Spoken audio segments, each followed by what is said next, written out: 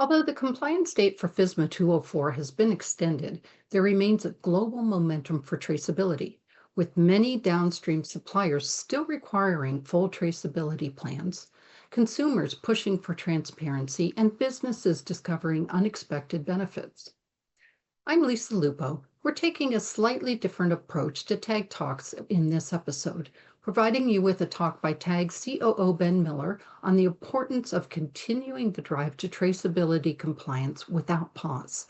Hosted by food safety tech publisher Rick Biros, the talk also includes Leavitt Partners Eric Marshall introducing the audience to the Partnership for Food Traceability, PFT, which is working toward development of a robust, interoperable FSMA-compliant program. Hello and welcome. My name is Rick Biros. I'm the content director and founder of Food Safety Tech, and I'll be your host and moderator for today's webinar, Food Safety Supply Chain Virtual Conference, which is underwritten both by the Atchison Group and EdgeVerge. Today's schedule includes one 25-minute presentation, two short 10-minute presentations, a panel discussion, and we will be concluding with a question and answer session. During the webinar, you'll have many opportunities to ask questions.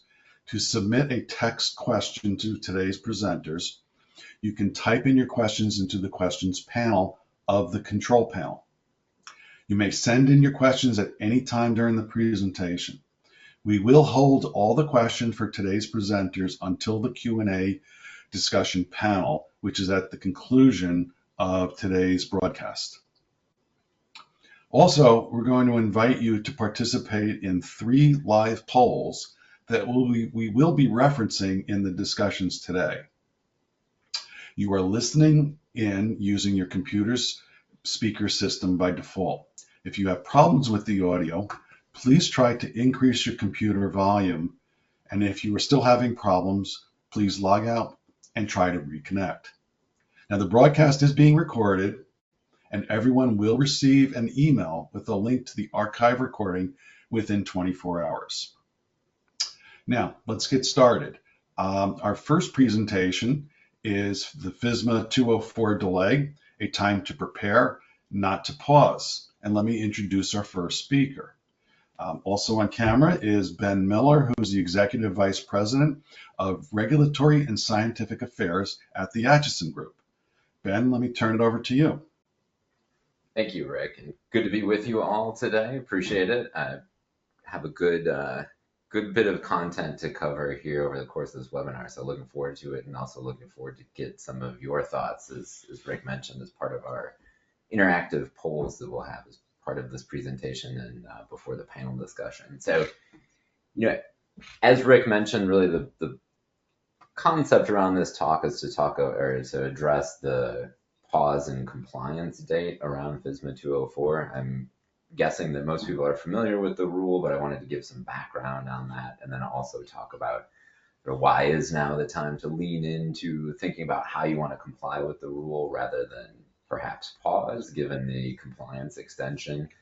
So just by way of background, the rule was first put in draft format back in September 2020. Now, if we all remember back to 2020, there was something called COVID that had seemed to capture most of our attention. And so, I think that draft version of the rule for a while went sort of largely unnoticed.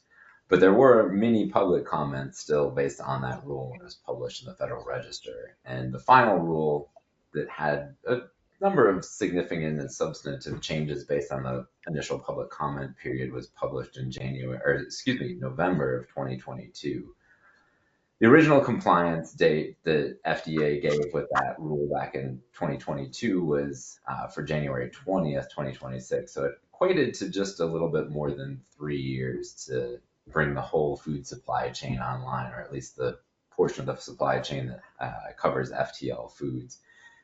That was a pretty short compliance timeline. There was a similar piece of legislation passed back in the early 2010s around drug traceability, and that had a little bit longer time horizon. So I think, when we look at the extension that was announced just a few weeks ago in terms of the compliance date, or I should say kind of late March, about a month ago at this point, we've created space to really, I think, get this right from an industry standpoint in terms of developing data systems that will communicate more effectively and efficiently. Is it coming What through? we were seeing was, around this January 20th compliance date.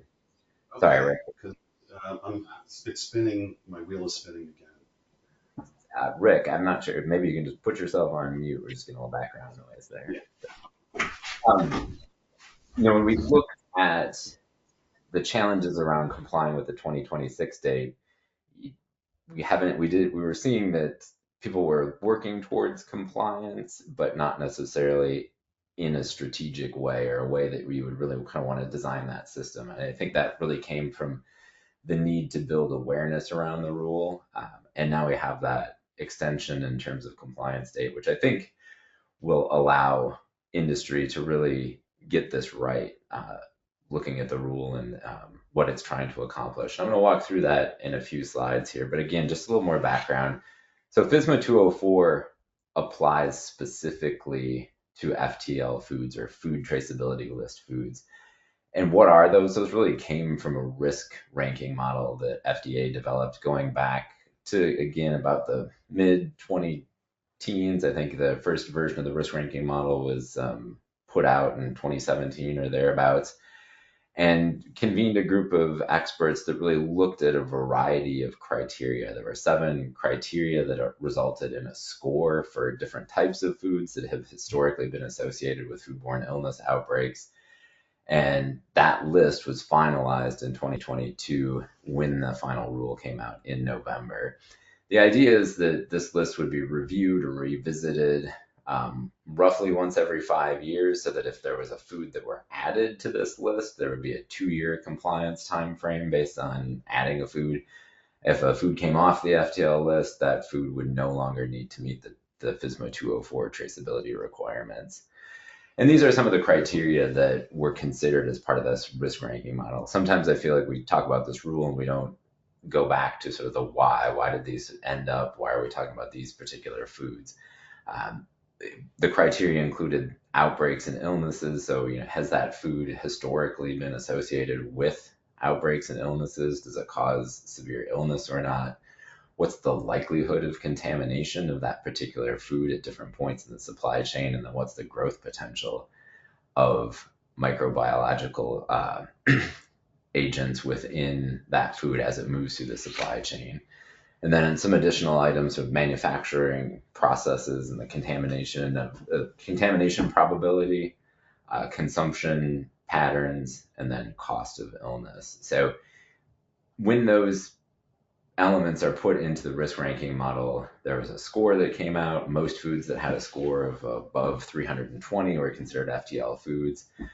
There were some herbs that had a slightly lower score in kind of the 270 range that were also included, just given, I think, historical risk or association with having caused outbreaks. So there's some flexibility in the way that the agency was applying what ultimately ended up being an FTL food.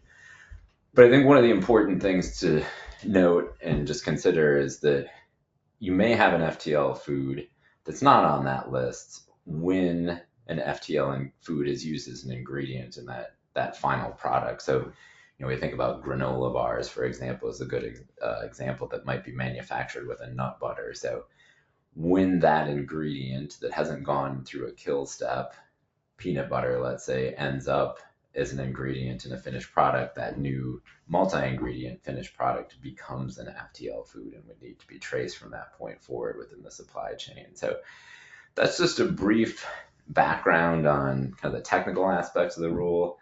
I'm going to walk through a little bit more in terms of founding us or grounding us in terms of what is the rule actually trying to accomplish, and then we'll talk about just compliance strategies now and moving forward. But before we do that, we've got a couple poll questions that we'd like to put to the audience that just get a sense of where people are preparing and in their compliance journey. That'll help inform this discussion and some of the discussion that we have in the panel process as well. So Rick, I don't know if you're able to pull up that first question for us.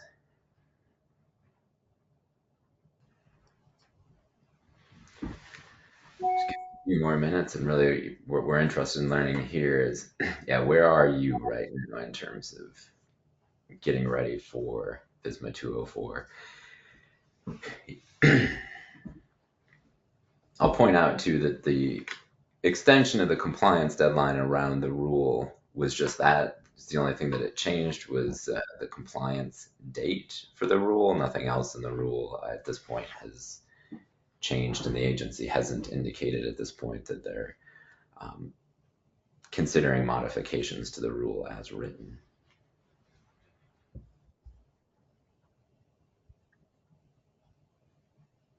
Okay, I think we can end the poll and share the results. Perfect. Great. So thank you to everybody that responded. So we've got the majority, well, I should say it's a split between 33 and 33% between just starting to understand the requirements and planning implementation strategies. So that's good. That's where we'll be talking today in terms of what are some of those next steps. Currently implementing solutions and compliant but optimizing processes are kind of the next most common. And then we had one respondent saying leveraging traceability as a business asset. So that's definitely the more mature end of the spectrum in terms of being able to use traceability information to drive some ROI on issues or processes that may not be directly related to FSMA 204 compliance. And I think we're going to see some more of that as we do drive to more compliance or more consistent data transfer across the supply chain. We'll probably see, we do this in a year or two, we might see more answering at that level 5. So that's good. Why don't we put up the second poll if that's ready?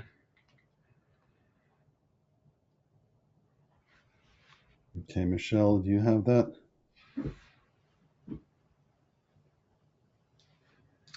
And so this is, what do you expect your company will do during the 30-month extension? So we'll just give this about a minute.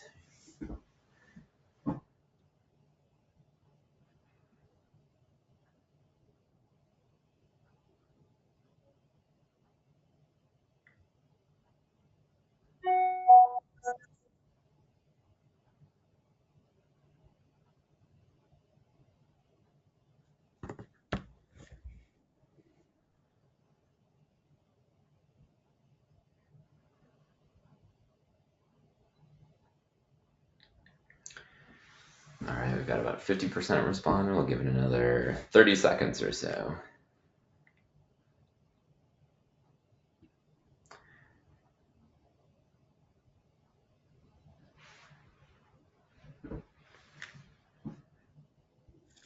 All right, that looks good. I think, why don't we wrap that poll up and we can share the results with folks.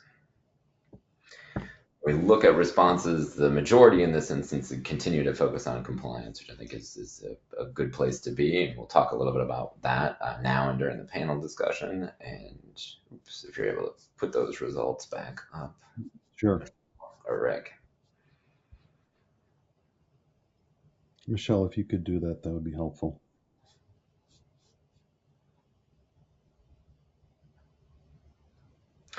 Then we had about 17% say continue our focus, but to a much lesser degree. 17% or 9 respondents also said focus on retailer requirements.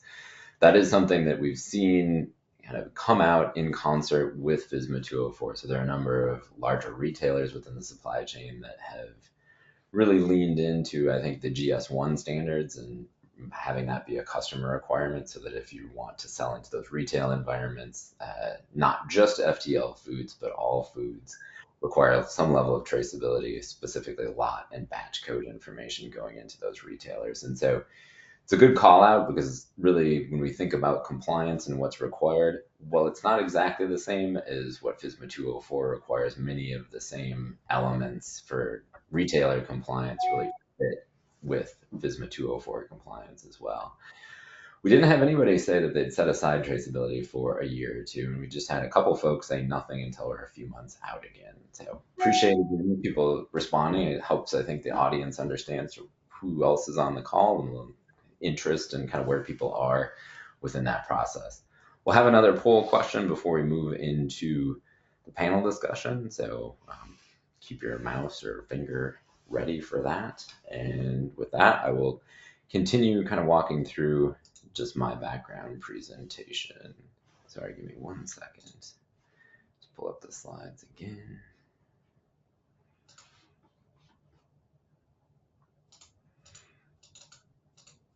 Oh, Rick or Michelle, are you able to make me a presenter again? I'm gonna have to take that poll question down. Thank you.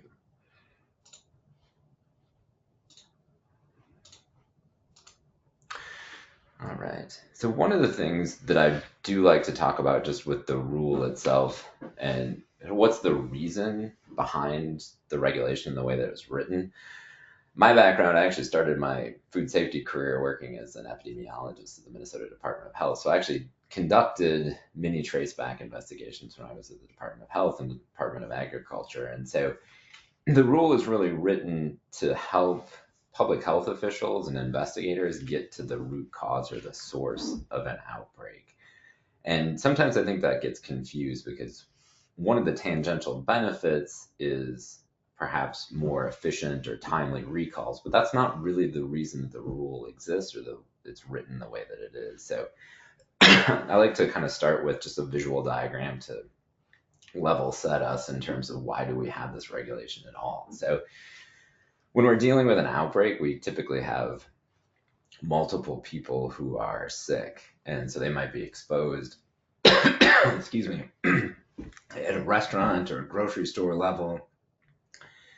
And excuse me, investigators need to figure out hopefully what's making them ill. So part of that's the epidemiologic investigation, but sometimes we don't have enough specificity in terms of an epidemiologic investigation, and so we may be tracing back multiple common ingredients. So you can think about lettuce or tomatoes as a common example of ingredients that are often shared during an outbreak.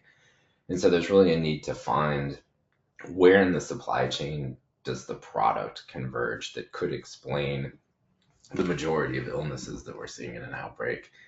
And that varies from a recall where there may be a suspected issue or even a known issue with a product, and we're trying to remove that product from the marketplace. And so we tend to need to be less accurate or have a lower fidelity of data when we're talking about a recall, whereas in a traceback investigation, we're really talking about high fidelity data. So when we start to get into discussion around some of these data elements, it becomes important that those are tracked at certain points within the supply chain. Data fidelity is ultimately important in a traceback investigation, whereas in a recall, speed is important, and so we can tend to be less precise. One of the benefits of the FSMA 204 is that if we track this information through the supply chain in the way that it will exist, we do have the opportunity for higher fidelity or more targeted recalls because we will have lot code information that's associated with the product as it moves forward through the supply chain. But this is an example of a traceback diagram that came from an investigation from about 10 years ago that was associated with salmonella in frozen tuna. And so often what investigators will do is they'll create this type of diagram. And so they'll typically start at the very top with certain restaurant locations, or it might be a retail grocery location where people consumed products. So it's known that there was a human case of illness at each one of these restaurants in this diagram. And really what the investigator is trying to do is reconstruct the supply chain retrospectively to essentially rebuild how did product flow through this supply chain. So if a case of illness is identified at restaurant F, the investigator is going to go to restaurant F or get information from restaurant F. Where did that restaurant get its frozen or fresh tuna in this example from? And so restaurant F received that product from distributor D or distributor W, and the investigator tries to match up based on time and amount what would have been available for sale within the store, when did they get that from the distributor, and they really go back each step in the supply chain trying to reconstruct that supply chain. And what you'll see is that the regulation is written in a way to help the investigator do that more quickly and more precisely. So that's really the purpose of the rule as it's written. In this traceback diagram, you can see in these red boxes the points of convergence in the supply chain that explain illness exposure at each one of these restaurants. So when we look at distributor J, all of the restaurants in most of it, well, I shouldn't say all, it traces back to importer here. That's a common point of convergence between the distributors and the restaurant locations. And then when investigators trace that importer back to a common source, time-wise or temporally, producer in India was associated with shipments that were most likely to be associated with illness in that outbreak. So that's kind of a really brief description of what an investigator looks at as they go through a traceback investigation. But I think that's helpful just to understand, again, kind of why the rule is structured the way that it is. And in this example, those of you familiar with the rule understand that there are critical tracking events that happen at each step in the process. And this is an example from FDA looking at a cucumber supply chain where you have a farm, a harvesting critical tracking event. And for each one of the critical tracking events, there's key data elements that are created and then need to be transmitted forward within the supply chain. So we've got harvesting KDEs and a harvesting CTE. There's a cooling CTE that have associated cooling KDEs. In this particular example, a traceability lot code is assigned during initial packing, and that's a requirement of the regulation. So whenever initial packing CTE occurs, a traceability lot code is assigned as one of the associated KDEs. Then you've got that moving forward as part of a shipping critical tracking event. And in this example, it's going to a produce processor where, let's say, that cucumber is being diced into a bagged product. That's going to represent a transformation KDE where a new traceability lot code will be assigned. It's important to note, too, that wherever a traceability lot code is assigned, that is the traceability lot code source. That's a new data element that needs to be captured and then transmitted forward within the supply chain. So we'll walk through some of those examples here in the next few slides.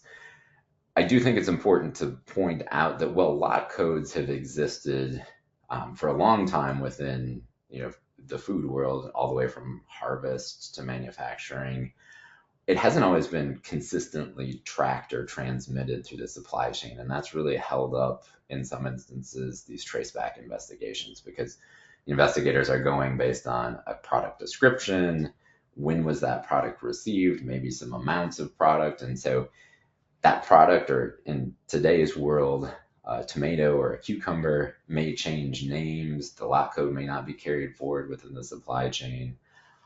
That creates challenges when you're trying to trace that product back. So the traceability lot code is really there as the key data element that links everything together in the supply chain. And the key concept is that it cannot be aggregated or changed at any point in the supply chain. It can only be changed when it's first created during initial packing, or in the case of seafood, first land-based receiving, or during transformation events. And so there's a little more complexity to that, but it's important to know that once a traceability lot code is created and assigned, there are very limited instances in which it can be changed. So this is a definition. I know we're going to share the slides from this presentation, so I won't read through the definition, but as I've mentioned, the traceability lot code is really there to be static as it moves through the supply chain and can only be changed in some instances. These are some examples that the agency has put out in terms of what a traceability lot code may look like. Those that follow the GS1 standards closely know that a GTIN, so this is 01, followed by a 14-digit number here, plus the lot or batch ID often is what GS1 recommends people use as the traceability lot code. There are other formats that can be used and considered. And my colleague Eric Marshall is going to talk a little bit about interoperability and some of the benefits or potential benefits of data standardization in work that's going on as part of the Partnership for Food Traceability. Another new and key concept is this idea of traceability lot code source. So that is the physical location where the food was assigned a traceability lot code. And this is important because that is another data element that makes the transactional data or event data unique. So at this place on the earth, there's a unique identifier, which could be as much as just the address of that location, but that is where the traceability lot code is assigned for that particular product, or for that lot code of product. And there are other ways that traceability lot code source can be defined. FDA says, you could use your FDA food facility registration number. Oftentimes companies are maybe reluctant to do that for reasons of transparency within the supply chain. GS1 offers the GLN, global location number, which is another tool that can be used to assign a physical place on the earth and then control who can see that information. Or it can be as a website. The idea of this traceability lot code source reference is something where you don't have to put the physical address as part of that transactional data.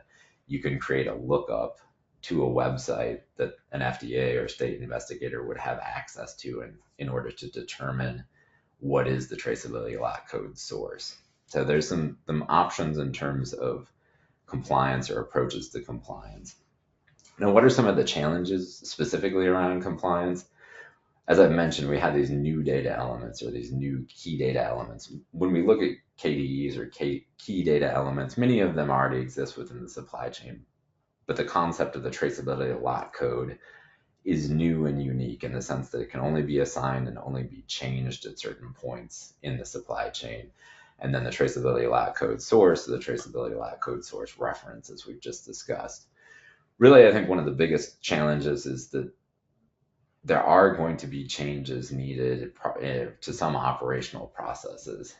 Typically, there hasn't been a business case for tracking lot code level information at the unit or case level as that product flows through the supply chain.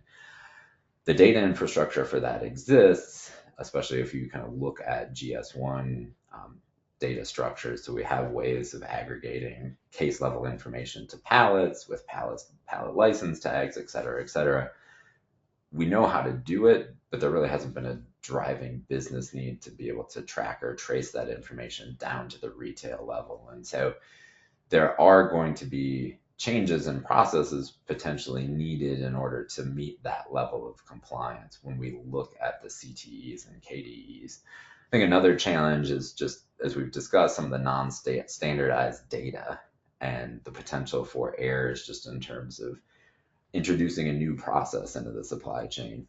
One that I don't have here is also just the volume of data that's going to be created through this rule. So when we think about each transaction or each step in the supply chain, from when product is shipped to when it's received to when it's manufactured, we're going to be capturing a lot of new data that hasn't existed before. And so we need to have the data infrastructure in order to capture that level of transactional data. So solutions, and we'll get into more of this discussion when we get to the panel, and my colleague Eric will talk about some potential solutions as his conversation around PFT as well.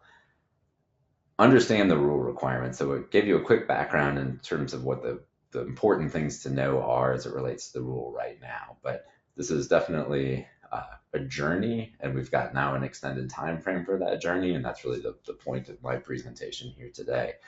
It really begins by bringing a multidisciplinary team together to talk about what are the internal and external physical product flows as well as data flows within your process. So if you're somebody that's pulling vegetables out of the ground and sending them to a cooler or a packer, what does that look like? And how do I capture the data that's needed at each point in that process? If you're a manufacturer, how do I track my inputs and outputs from a transformation CTE standpoint to make sure that I'm collecting what I need to be collecting, and that data is structured in a way that's obviously first useful to me, but also can be accepted by people downstream within the supply chain.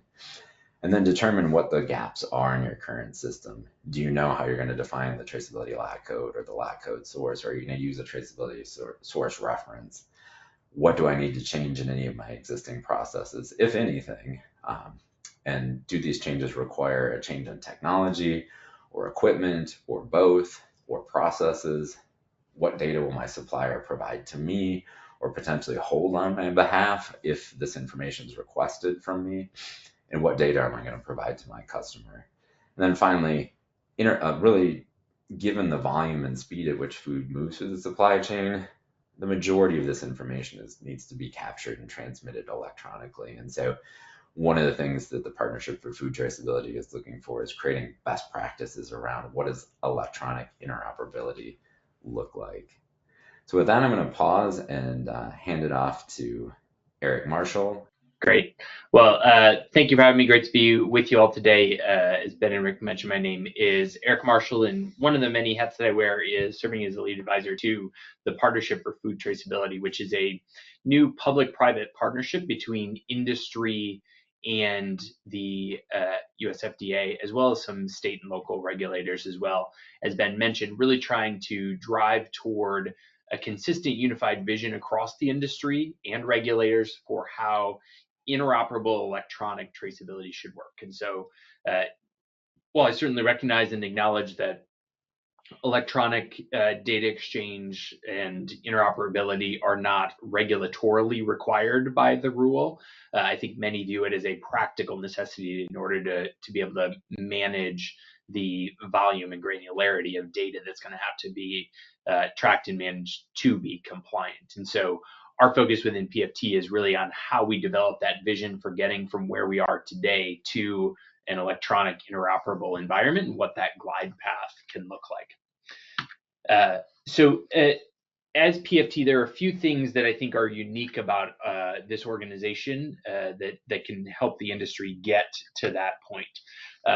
First is we've been very intentional, and PFT is very intentionally structured to incorporate and leverage the voices and perspective of all industries and all sectors. So whether you be a grower, a packager, a manufacturer, a processor, a distributor, a grocer, a retailer, etc., or whether you happen to be in the egg industry or the vegetable industry or the seafood industry, etc., there's a place at PFT for you. And I think that's one of the unique things here. And I want to emphasize that there's a lot of good work that's been done by a lot of those individual sectors and industries over the course of the last several years. And by no means is PFT intended to displace or duplicate that work, but rather to say, how do you bring all of those individual pieces, the good work that's been done through groups like PTI or GDST, et cetera, and bring that into one common vision that works particularly right for those at the end of the supply chain or further down in the supply chain that are trying to catch and manage all of those different models and industries as well. And so it's a place where we're trying to provide that broadest viewpoint and perspective of how the industry collectively gets to interoperable traceability. Second is that it's independent of any single stakeholder, which ties to that first piece. And so it's really intended to be a place where everybody has an equal voice. So whether you're upstream, downstream, big, small, sophisticated, early stage, everybody has an equal voice in this PFT process and is able to kind of influence and shape how we believe electronic interoperability should work. Third, as I mentioned, is PFT is a formal public-private partnership with the FDA, and we also collaborate and partner with NASDO, AFTA, and some state and local regulators as well. And so it's really intended to be that place where, as you think about the regulator, particularly as an end user of the traceability system that is being used, has been alluded to, where do those regulators and industry come together to start to better define beyond the rule how traceability data and interoperability should work in a way that works for everyone? And so through that public-private partnership, FDA and state and local authorities are actively participating in our committees and work groups in helping to shape the vision for interoperable traceability. And then finally, we strive not to be just a place for people to come talk and share ideas and discuss things, but a big part of the PFT structure is also a decision-making mechanism to be able to move the industry forward on key critical issues. Are we going to align around a GTIN or not? Are we going to align around a GLN or not? Are we going to leverage ASNs or EPCIS or intentionally incorporate both?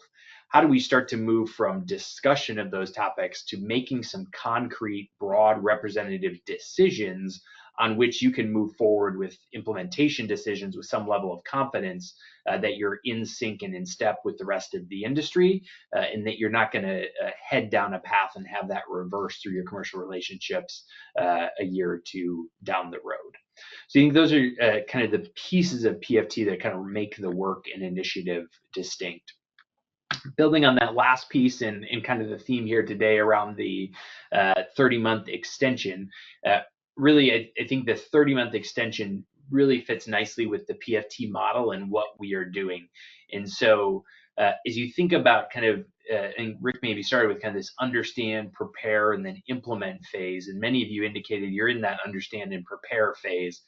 We really think this 30-month window is a very nice window that allows the industry through a process like PFT to spend some time over the next 12 to 18 months really thinking creatively and diligently and with that broad representation to frame what the vision for interoperability should be, and then maintain that last 18 to 24 months following that for the implementation period. And so rather than having to try to do both at once or kind of guess at what the vision is and start to implement and then have to go back and tweak and adjust, I think this provides the opportunity to really think, have a focused, concerted effort around defining the vision, which you see here in green, and then the blue implementation component. So this just kind of represents the work plan that we're executing for PFT and working on. And so right now we're in the process of defining, hey, how do we standardize those KDEs that Ben mentioned? What's the model for how that data is going to get exchanged and transmitted, right? Is the seller going to push it down to the purchaser? Is the seller going to hold it and the purchaser is going to come grab it when they need it? Are you going to grab some of the elements off of a barcode or the product itself, right? How is that data transmission and management component going to work? Then how do you actually execute the traceback, leveraging that data once it's there, again, as Ben kind of mentioned. And then the third piece of work that we're doing there in green that you'll see is taking that vision and translating it into a set of technology requirements as well. I think most of us recognize that ultimately most organizations that pursue an electronic pathway are going to leverage one or more third-party solutions and vendors and technology platforms to support their traceability. And so PFT, I think, is uniquely positioned for a process through that decision-making mechanism that I mentioned to have collective industry requirements for technology vendors to achieve interoperability and define what that should look like. With an emphasis on maintaining just what's that baseline foundational set of requirements that enable interoperability while allowing those solutions to innovate and compete and build above and beyond that foundation. But really an ability to drive some convergence of the technologies on that baseline layer of traceability.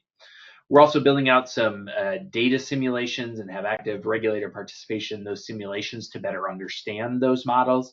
And then we'll transition into a set of operational pilots. And again, with that timeline, still leaving a good 18 to 24 month period following that for industry to execute the actual implementation, testing, validation against that vision. And so hopefully, this gives you a sense of kind of how we're approaching this, and also I think can inform kind of how you think about using this timeline.